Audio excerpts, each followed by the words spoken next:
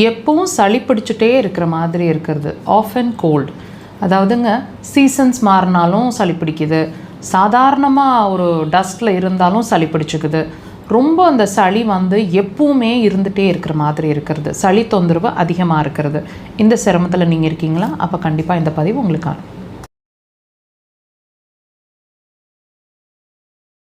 எப்பவும் சளி பிடிச்சிட்டே இருக்குது, எப்பவும் கர்ரு கர்ருன்னு சளி இருந்துகிட்டே இருக்குது.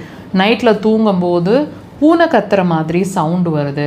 இந்த மாதிரி விஷயங்களில் நீங்கள் பாதிச்சிட்ருக்கீங்க. எப்பவுமே சளி இருக்குது. சும்மா சில்லுன்னு ஏதாவது சாப்பிட்டா கூட உடனே தொண்டை வலி வந்துடுது, உடனே இரிட்டேஷன் ஆகிடுது, உடனே வாய்ஸே மாறிடுது, வறட்டு இருமல் அதிகமாக வருது. சளி வர்றதில்ல, ஆனால் சளி இருந்துகிட்டே இருக்கிற மாதிரி, அதாவது நம்ம செருமல்னு சொல்லுவோம் இல்லைங்களா, சளி தொண்டையில் இருந்துகிட்டே இருக்குது, அதை கிளியர் பண்ணுற மாதிரி இருக்கிறது. இந்த மாதிரி ப்ரஷ் பண்ணும்போது சளி அந்த டைம் மட்டும் சளி வர்ற மாதிரி இருக்கிறது. ஸோ இந்த மாதிரி சிரமங்கள் உங்களுக்கு இருந்துகிட்டே இருக்குது. எப்பவும் ரன்னிங் நோஸ்லேயே இருக்கீங்க அப்படின்னு சொன்னால் இது உங்களோட நுரையீரலோட வார்னிங் சிக்னல். அப்புறம் இந்த நுரையீரலோட வார்னிங் சிக்னல் உங்களுக்கு என்ன சொல்லுதுன்னா, அஃப்கோர்ஸ் நீங்கள் உங்களோட இம்யூனிட்டி லெவலில் ரொம்ப வீக்காக இருக்கீங்க. இம்யூனிட்டி அப்படிங்கிற ஒரு விஷயத்தை பொறுத்த வரைக்கும் அக்குபஞ்சரில் நாங்கள் எப்படி அதை அணுகிறோன்னு கேட்டிங்கன்னா, உங்களோட நுரையீரல், உங்களோட மலக்குடல், இது ரெண்டும் தான் உங்களோட இம்யூனிட்டி. அதாவது பொதுவான இம்யூனிட்டின்னு நாங்கள் பார்க்குறோம்.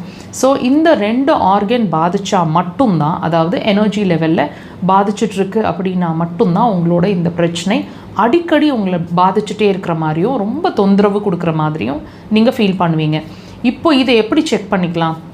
சளி பிரச்சனை இருக்குது, அது நுரையீரல் சார்ந்த விஷயம்னு நம்ம தெரிஞ்சுக்கிட்டோம். இது எப்படி ட்ரீட் பண்ண முடியும்? இதுக்கு ரீசன் என்னன்னு கேட்டிங்கன்னா, நான் சொன்ன மாதிரி கண்டிப்பாக அதோட ரூட் காஸ் மலக்குடல் தான். அடிக்கடி மோஷன் போகிறது, டைம் இல்லாமல் மோஷன் போகிறது, 2-3 தடவைக்கு மேலே மோஷன் போகிறது, கேஸ் நிறைய ரிலீஸ் ஆகிட்டே இருக்கிற மாதிரி இருக்கிறது, மோஷன் சரியாகவே போகல, 1 தடவை 2 தடவை போனாலும் முழுசாக போன மாதிரியே இல்லை, மோஷன் மறுபடியும் போகும்போது ஒரு ஃபீல் இருந்துக்கிட்டே இருக்கிறது, மார்னிங் பிரேக்ஃபாஸ்ட் சாப்பிட்ட பிறகு தான் மோஷன் போகிற மாதிரி இருக்குது, அன்டைம்லி மோஷனாக இருக்குது, ஈவினிங் தான் மோஷன் போகிறோம், 2-3 நாள் ஆகிடுது, மோஷன் போகிற ஃபீலிங்கே வர மாட்டேங்குது, ஏதாவது மருந்துகள் எடுத்தோ அல்லது கீரைகள், ஃபைபர் கண்டென்ட் அதிகமாக இருக்கிற உணவுகளோ அல்லது பழ வகைகளோ எடுத்து தான் இந்த பிரச்சனையை நாங்கள் சால்வ் பண்ணிகிட்ருக்கோம் டெம்ப்ரரியாக அப்படின்னு நீங்கள் ஃபீல் பண்ணிகிட்ருக்கீங்க இல்லையா? ஸோ இதுக்கும் உங்களோட சளி தொந்தரவுக்கும் டைரக்ட் சம்மந்தம் இருக்குது. இதை நீங்கள் ட்ரீட் பண்ணாமல் வச்சுட்டு இருந்தீங்கன்னா கண்டிப்பாக இதோட அடுத்த லெவல் உங்களோட ஸ்கின் வரைக்கும் பாதிக்கும், ஸ்கின் சம்மந்தமான பிரச்சனைகளும் வரக்கூடும். ஸோ ட்ரீட்மெண்ட்டை சீக்கிரமாக எடுங்க. அக்குபஞ்சர் சிறந்த தீர்வு.